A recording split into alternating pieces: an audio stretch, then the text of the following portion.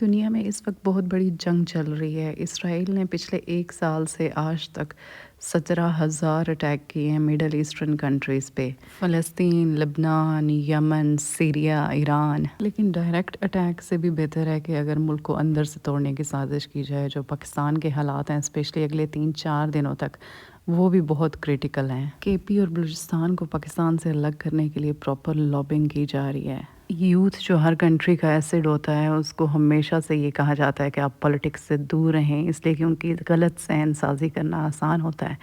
लेकिन यहाँ पे कुछ पॉलिटिकल पार्टीज़ प्रॉपरली इस एजेंडे को लेके चल रही हैं, जिसमें यूथ को 100% पॉलिटिक्स में इन्वॉल्व किया जा रहा है और उनका सारा मुस्तकबिल तबाह किया जा रहा है। एहतजाज करने का प्रॉपर तरीका ये है कि पार्लियामेंट में आए, वहाँ पे अपना एहतजाज करें, या अपने सूबों में एहतजाज करें, या फिर इस्लामाबाद में भी पुरअमन एहतजाज करें। किसी भी कंट्री के कैपिटल पे धावा बोल देना हमेशा ही स्टेट के अगेंस्ट है। कोई भी शख्स पाकिस्तान से बढ़ के नहीं है।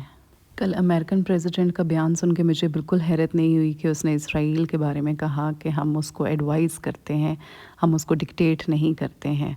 मतलब ये है कि अमेरिका जैसा सुपर पावर भी इसराइल को सिर्फ मशवरा दे सकता है, उसको डिक्टेट नहीं कर सकता। और इसराइल ने दुनिया में जितने ख़तरनाक हालात पैदा किए हुए हैं, हमें सोचना चाहिए कि ये ईरान तक आके सिर्फ नहीं रुकेगा, उसके बाद पाकिस्तान के भी खुदा न खास्ता बारी आ सकती है। इसलिए मुल्क बचाना ज़रूरी है, किसी इंसान को नहीं। और अगर पॉलिटिकली देखा जाए पाकिस्तान के हालात भी, चाहे कोई भी पॉलिटिकल पार्टी रही हो, ना तो इन्होंने गवर्नमेंट जॉब्स देनी है। मैं देख रही होती हूँ कि एडहॉक पे भी जो लोग हैं वो सालों साल से पड़े हुए हैं इसी तरह ही, इस इंतज़ार में कि उनके लिए जो परमानेंट सीट्स होंगी, वैकेंसी होंगी, वो निकलेंगी और वो उसके लिए अप्लाई कर सकेंगे और उनका कोई फ्यूचर बन सकेगा। लेकिन ना तो यहाँ पे सरकारी जॉब्स मिलनी है, ना यहाँ पे किसी को घर मिलना है, ना किसी को काम मिलना है, ना सेफ्टी मिलनी है। सबको जब ये अपना अपना ही करना है तो पॉलिटिकल एफिलिएशन की तो बात ही नहीं बनती। आज दिल काफ़ी खफा है इस्लामाबाद के हालात देख के। अल्लाह हमारे मुल्क के अंदरूनी और बैरूनी दुश्मनों से हिफाजत फरमाए, आमीन। दुआओं के साथ साथ हमें प्रैक्टिकली भी इसके लिए काम करना है, और वो ये है कि स्टेट से बढ़ के कुछ भी नहीं होता। दुनिया में कहीं पे भी रह लें, लेकिन पाकिस्तान से अगर बिलोंग करते हैं तो पाकिस्तान है तो हम सब हैं, और किसी का कोई भी एजेंडा और पर्पस इससे बालातर नहीं होना चाहिए। आज की रूटीन मैंने आपको दिखाई, मैं आपको बता भी देती हूँ। मैंने मॉर्निंग में कॉफ़ी ली विद क्रीम, आलमंड्स लिए इसलिए कि नट्स ख़त्म हो गए थे।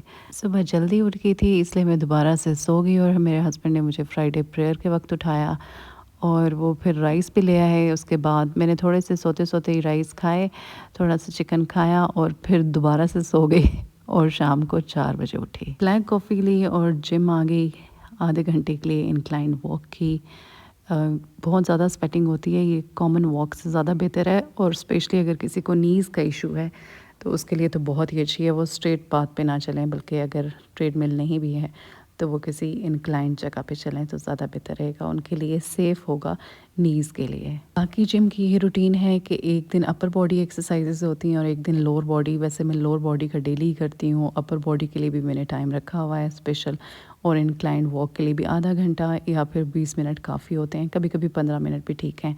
और आज सारा अपर बॉडी का था। उसके बाद मैं चली गई नट्स लेने के लिए, इसलिए कि वो ख़त्म हो चुके थे, और यहाँ पे ये डिफरेंट तरह के कैवे भी हैं और मीठी चीज़ें भी हैं। इस बार मैंने अनरोस्टेड नट्स लिए, कैश्यूज़ भी अनरोस्टेड अनसॉल्टेड लिए। और आज मैंने पूरे हफ्ते की नींद पूरी की, इसलिए कि मैं रात को देर से सो रही होती हूँ, तकरीबन सुबह अर्ली मॉर्निंग उठ जाती हूँ। लेकिन आज की नींद से काफ़ी फ़्रेश हो गई हूँ, काफ़ी ज़्यादा टाइम के लिए नींद की है। इस नींद भी बहुत ज़रूरी है ऑब्वियसली। अगर आप वेट लूज़ कर रहे हैं, अगर प्रॉपर टाइम नहीं होगा तो आपका स्ट्रेस लेवल होगा डिफरेंट, और ऑब्वियसली हार्मोनल डिसबैलेंस भी होगा, इसलिए नींद भी ज़रूरी है। हफ्ते में एक दफ़ा कुछ एक्स्ट्रा आवर्स भी कर लिए जाएं तो वो भी ठीक रहता है। आज सारा दिन सिग्नल भी ब्लॉक रहे हैं, और बैरियर टाउन में जीटी रोड की तरफ जो फेज़ 7 फेज़ 8 की एंट्रेंस है, वहाँ पे भी ट्रक खड़े हुए थे रास्ते को बंद करने के लिए। सिर्फ एक लेन उन्होंने ओपन की हुई थी। पेरेंट्स से बात हुई तो वो बता रहे थे कि इस्लामाबाद के हालात तो काफ़ी बुरे हैं, वरना आज मैं पेरेंट्स की तरफ चली जाती। अब इस प्लान को कल के लिए रख लेते हैं। ये मैं रोस्टेड नट्स लेके आई हुई हूँ, हाफ़ केजी लिए हैं। ये मैंने मिक्स्ड, हाफ़ केजी नहीं है, 2000 के लिए हैं। और इसमें कोशिश की है कि बाकी पिस्टैशियोज़ और कैश्यूज़ कम डलवाऊँ, और जो वॉलनट्स हैं उसमें ज़्यादा डलवाऊँ। आलमंड्स मैंने सोक करके रखे हुए हैं, और वो मैं रात को आलमंड मिल्क बनाऊंगी लेट नाइट।